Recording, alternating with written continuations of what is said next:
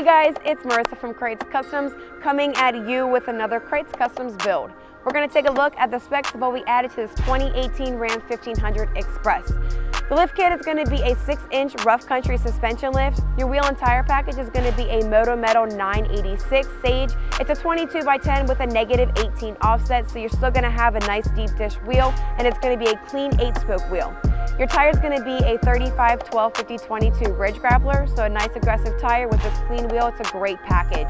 And your fender flares are going to be your painted to match rough country fender flares. Your running boards are going to be factory, but we can definitely switch those up for you. If you guys like this truck, make sure you check out our inventory at KreitzAuto.com. The stock number is 138792. And if you want to build your truck like this, make sure you shoot us a message on Facebook at Krietz Customs or check out our gallery at KreitzCustoms.com.